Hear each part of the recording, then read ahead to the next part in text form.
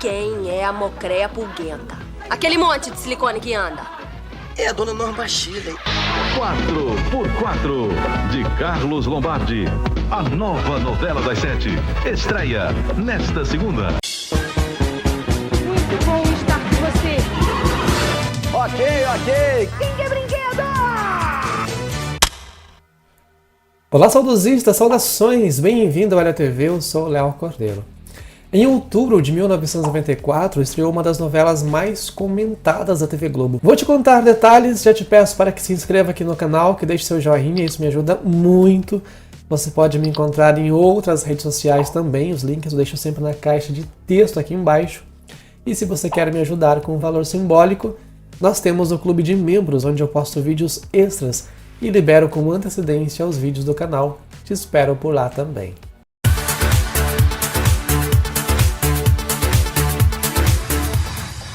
O 4x4 estreou no dia 24 de outubro de 1994. Foi escrita por Carlos Lombardi, com colaboração de Maurício Arruda e Ronaldo Santos. Teve direção de Alexandre Avancini e Luiz Henrique Rios, com direção geral de Ricardo Washington. Contou com as atuações de Beth Lago, Elizabeth Savala, Cristiana Oliveira, Letícia Spiller, Humberto Martins, Marcos Paulo, Tato Gabos Mendes e Diogo Vilela nos papéis principais. O fio condutor da novela era a vingança de 4 mulheres contra 4 homens, ou seja, deveria ser uma trama sobre o empoderamento feminino, porém, escrita e dirigida por uma equipe masculina. Não existe um casal protagonista, pelo menos não deveria existir, porque a trama é a história de 4 mulheres. Elas se conhecem na prisão após um incidente no trânsito. Gente, que coisa mais ridícula prenderem a gente por causa de um acidentezinho tão bobo, não foi? Acidentezinho bobo. E a gente tá presa aqui porque bateu no guarda. Se juntar para arquitetar uma vingança contra os seus amados responsáveis pela situação em que se encontram. É isso que eu quero, vingança. Eu também quero. Vingança, minha filha. Vingança! Beth Lago é a Abigail, uma psicóloga que sempre lutou para manter o casamento fracassado, mas foi humilhada pelo marido. Elizabeth Savala é a auxiliadora, que foi trocada por uma garota pelo seu marido. Cristiana Oliveira é a Tatiana, que foi abandonada no altar pelo noivo. E Letícia Spiller é a Babalu, que flagrou o namorado na cama com outra mulher. O plano delas é entrar na história da outra, para se vingar de seus namorados e maridos. A Abigail finge ser a irmã mais velha de Auxiliadora para atormentar a nova namorada do Alcebiades. E a Auxiliadora se passa por uma espanhola para descobrir as falcatruas de Gustavo, o ex de Abigail. Tati finge ser uma menina recatada para humilhar o Raí, e Babalu vai trabalhar na mesma casa onde Fortunato trabalha como jardineiro para infernizar a vida do cara. Dá certo? Não dá. Obviamente não poderia dar porque a novela estava só no começo e o autor tinha que desenvolver muita trama para os personagens desenrolarem ao longo dos meses. Mas, fora da ficção, também não deu certo. Aconteceu um monte de coisas que comprometeu os planos iniciais de Carlos Lombardi, a começar pela data de estreia da novela. Originalmente, 4x4 estrearia apenas no final de 1995, porém a telenovela que substituiria a viagem foi cancelada, há 2 meses da estreia. Então Carlos Lombardi teve que correr contra o tempo para entregar os primeiros 10 capítulos para a direção. Como ele tinha bastante tempo para apresentar o projeto, na época, quando ia ser só no final de 95, ele apenas havia avisado os diretores do que se tratava a trama, mas não tinha escrito nada, nem a sinopse. A sinopse é o esqueleto da novela, é um fio condutor, tudo o que vai acontecendo ao longo dos meses é com base nesse projeto inicial que pode ser alterado com o desenvolver da história, de acordo com a receptividade do público. E parece que isso de produzir algo do nada, às pressas, era um problema recorrente na Globo, porque Tieta também foi adiantada. E Agnaldo Silva teve 2 meses para desenvolver tudo. Ele disse em um podcast que quando a novela estreou, a cidade cenográfica nem estava pronta. Quem diria que a Globo funcionava desse jeito? Meu Bem, Meu Mal também foi criada às pressas. Com o Riacho Doce aconteceu a mesma coisa. E com essa correria, 4x4 começou a ser gravada 2 semanas antes de ir ao ar. E como as cenas são gravadas aproveitando o ambiente, não necessariamente na ordem dos capítulos, por exemplo, a produção precisou montar a oficina do Raí. Então o diretor grava nesse cenário todas as cenas que ele já tem no roteiro, porque depois a equipe precisa desmontar tudo e montar outro cenário no mesmo local. Agora, com os estúdios Globo do tamanho que é, né, as cidades cenográficas ficam perto dos estúdios de gravação interna, e também eles têm estúdios enormes que nem precisam mais ficar montando e desmontando os cenários, mas naquela época era tudo mais desafiador. E por isso, o primeiro capítulo terminou de ser gravado no dia da estreia. Pense no inferno que foi pro autor, né, pro diretor, pros atores. Era uma corrida contra o tempo. E ainda assim, quando as chamadas foram ao ar, o Boni, que era o diretor-geral da Globo e estava de férias, ao ver, pediu que tirassem do ar e cancelasse a novela porque ele não gostou. Ele não concordava com 4 mulheres protagonistas em vez de um casal tradicional. Mas foi convencido que a trama estava coerente com o universo jovem da época e teria boa aceitação do público. E também porque não existia mais nada para colocar, né? Era aquilo ou aquilo mesmo. Mas ele pediu que refizessem a chamada, porque não tinha estrelas. Então Humberto Martins, né, começa aparecendo por primeiro nas chamadas. No entanto, a produção tinha só 4 ou 5 capítulos gravados, e era o que dava para fazer. E só depois que ele assistiu os capítulos que estavam prontos é que ficou convencido e ficou mais tranquilo. Então olha como são as coisas, né? Depois que a Globo dispensou todo o elenco para fazer contratos, né, só por obras, a audiência das novelas começaram a cair cada vez mais. Porque os diretores tiveram que escalar atores menos experientes e até desconhecidos do público, já que os mais famosos não aceitaram as propostas desse novo formato. Ou seja, essa observação do Boni, da falta de estrelas nas chamadas, parece fazer sentido. Não basta só uma boa história, tem que ter gente conhecida, querida dos telespectadores para dar certo. E com esse corre-corre, o elenco teve que ser adaptado também. As 4 protagonistas, nenhuma era a que Carlos Lombardi tinha em mente. Elas eram as que estavam disponíveis no momento. A auxiliadora foi escrita para a Eliane Giardini, a Abigail para a Bruna Lombardi, a Tatiana para a Malu Mader e a Babalu para a Adriana Esteves. O Raí seria interpretado por Alexandre Frota, ou seja, o casal que roubou o protagonismo da novela deveria ter sido feito por Adriana Esteves e Alexandre Frota. Ele recebeu os 10 primeiros capítulos, fez a leitura com o elenco, mas antes de começar a gravar, o diretor Roberto Talma, que o tinha escolhido, foi substituído por Ricardo Waddington, que preferiu colocar o Marcelo Novaes no lugar dele. Em relação às 4 protagonistas, Eliane Giardini já trabalhava no teatro, no cinema e na televisão. Mas só em 1993 é que conseguiu uma personagem que a fizesse ser reconhecida pelo grande público na novela Renascer. Então a direção de 4x4 achou que ela estava meio crua para o papel de auxiliadora. A Bruna Lombardi recusou o papel de Abigail porque ela apresentava um programa na Rede Manchete, o Gente de Expressão, e não queria abandonar. A Malu Mader, que a princípio faria a personagem Tatiana, foi redirecionada para a novela Irmãos Coragem, mas também não entrou nessa novela. E a Adriana Esteves, que interpretaria a Babalu, até aceitou o convite, porém ela tinha recebido muitas críticas negativas pela sua personagem Mariana em Renascer e entrou em uma crise de depressão e preferiu se afastar da TV. Ela tinha até gravado algumas cenas, mas preferiu rescindir o contrato com a Globo e passou a fazer pequenos papéis, né, em especiais, algumas participações, mas ficou reclusa por uns 3 anos. Só em 1996 é que voltou às novelas no SBT e teve sua grande volta na Globo em 1997 como protagonista de A Indomada. E assim, das 4 atrizes que assumiram as protagonistas, apenas Elizabeth Savala era mais experiente, pois vinha de uma longa carreira com passagem pelo teatro e cinema, além da televisão. A Beth Lago tinha feito apenas as minisséries Anos Rebeldes e Sex Appeal. Antes disso, era modelo. Cristiana Oliveira já tinha um bom currículo também, ela ficou bem famosa, né, ao interpretar a Juma em Pantanal na Rede Manchete. Tinha sido a sua segunda novela, depois ela fez a Amazônia, e a Amazônia Parte 2 também.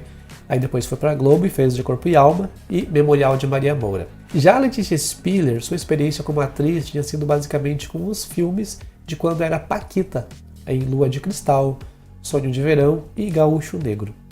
Ela chegou a atuar também com Os Trapalhões e ganhou um papel pequeno na novela Despedida de Solteiro.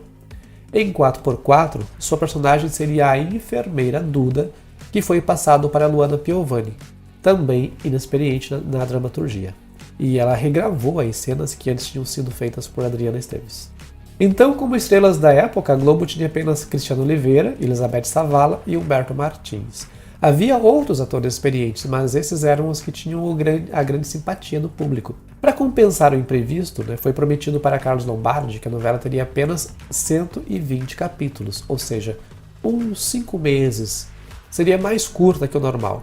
Mas no dia da estreia já foi anunciada com 160 capítulos, 2 meses a mais do que o prometido, o que era um tempo normal de novela. E superou todas as expectativas, porque foi estendida para 233 capítulos, ou seja, ficou 9 meses no ar.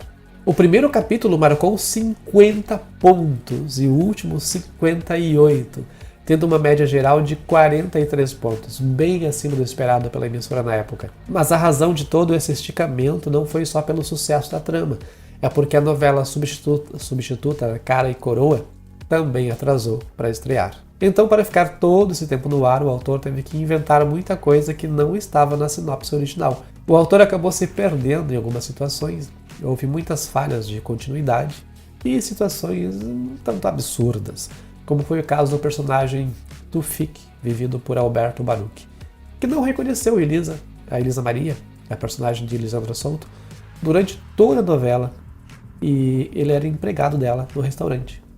E no final coloca óculos para justificar uma miopia e então lembra que eram casados e que tinham 2 filhos.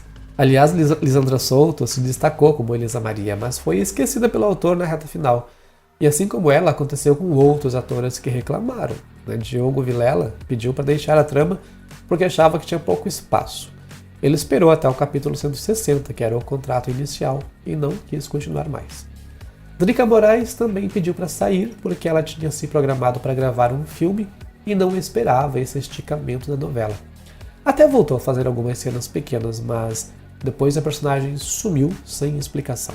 Saiu também o Daniel Dantas, a Nina de Pádua, o Oswaldo Loureiro, a Tássia Camargo. A Bianca Binton não gostou do encaminhamento de sua personagem na reta final, que se tornaria uma compulsiva sexual louca e seria internada em uma clínica psiquiátrica, junto com o personagem de Marcelo Serrado. Ela se recusou a continuar gravando, mas o seu desfecho foi mantido, apesar dela não aparecer. O fim do personagem foi apenas descrito pelos demais personagens. E alguns atores ficaram um tempo afastados e reapareceram em algum momento, como foi o caso de Paulo César Grande, que voltou para uma única cena final. A atriz Inês Galvão também saiu e voltou. Leonardo Vieira foi e quase não voltou mais. Retornou com um novo visual apenas para cenas específicas, e Paulo Guarnieri parou de gravar e foi substituído por um figurante vestido de múmia. Seu personagem só voltou para uma cena final. Elizabeth Savala e Beth Lago entraram em muitos conflitos nos bastidores, e como o romance de Gustavo e Auxiliadora sofreu uma rejeição do público, Elizabeth Savala acabou sendo afastada da trama principal e foi parar em um núcleo secundário, cômico, atuando com Neuza Borges e Tony Tornado, onde passou a interpretar a mulata Maria do Socorro como forma de contornar a traição de sua personagem com as amigas do plano de vingança original. E alguns personagens cresceram, como foi o caso de Tatiana e Bruno, Babalu e Raí, que foram convertidos nos protagonistas da novela, porque eles eram os personagens mais carismáticos e passaram a encenar basicamente sketches cômicas, Babalu e Raí passaram a ser uma espécie de gato e rato, se envolvendo em diferentes aventuras, como sequestros, nudez na rua, prisões, acidentes, e virou um herói do bairro salvando pessoas de algum tipo de crime. Fingiu ser pastor, foi esfaqueado, preso umas 3 vezes, foi para o hospital umas 3 vezes também. Eram situações escritas basicamente para esticar a trama, e até desgastava a imagem dos dois. Mas deu certo, funcionou bem. A avenida de abertura mostra 4 esgrimistas perseguindo 4 homens, que na verdade são apenas 2 pessoas, uma esgrimista e um homem, multiplicadas em cores diferentes: rosa, azul, lilás e verde. O modelo é Beto Simas, também capoeirista, pai dos atores Felipe Simas, Rodrigo Simas e Bruno Gissoni. Os personagens da vinheta representam as protagonistas da novela se vingando de seus parceiros. A música da abertura, Picadinho de Macho, é composição de Paulo Sérgio Vale e Tavito, interpretada por Sandra de Sá. A letra é bem agressiva e tem termos que hoje em dia já não poderiam ser usados mais. A novela teve 2 álbuns musicais, a trilha sonora nacional com o ator Humberto Martins na capa e a trilha sonora internacional com Letícia Spiller na capa. 4x4 ficou no ar desde 24 de outubro de 1994 até 22 de julho de 1995. Foi reexibida pelo Vale a Pena Ver de Novo, de 31 de agosto de 1998 a 12 de março de 1999, em 140 capítulos, e foi reexibida na íntegra pelo canal Viva, de 19 de maio de 2010 a 8 de abril de 2011, abrindo a faixa de reprises às 15h30. 4x4 e Por Amor foram as primeiras novelas a serem exibidas no canal, e foi disponibilizada na íntegra no Globoplay, em 7 de novembro de 2022.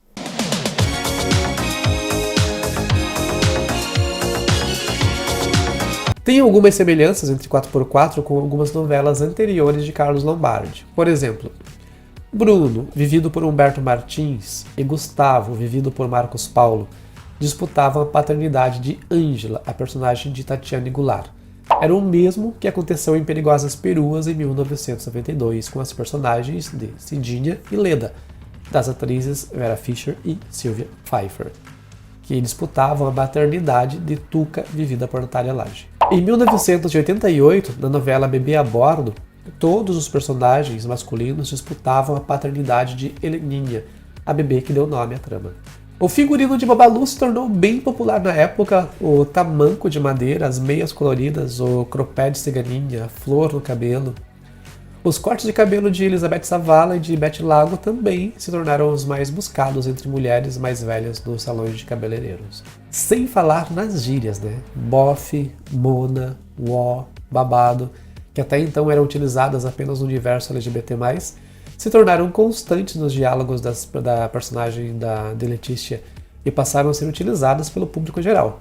Uma das canções mais populares do disco internacional nunca tocou dentro da trama, Short Dick Man, do grupo Gillette, que viralizou anos mais tarde, né, por ter sido apresentada no programa da Xuxa. Só tocou 6 vezes, no encerramento da novela, né, com os créditos já subindo, 4 vezes lá no meio da trama e 2 vezes nas últimas semanas. A letra fala de uma mulher que não gosta de homem de pênis pequeno, então acho que entrou para o álbum apenas porque era um hit do momento e a Som Livre tinha acordos com algumas gravadoras internacionais para divulgar músicas no Brasil. A capa do disco internacional é uma licença poética do cartaz do filme Pulp Fiction, sucesso no cinema na época, que tinha sido citado diversas vezes na novela. Bem, meus queridos, da minha parte é isso, eu fico por aqui. Nos vemos no próximo vídeo, até lá, um grande beijo, tchau.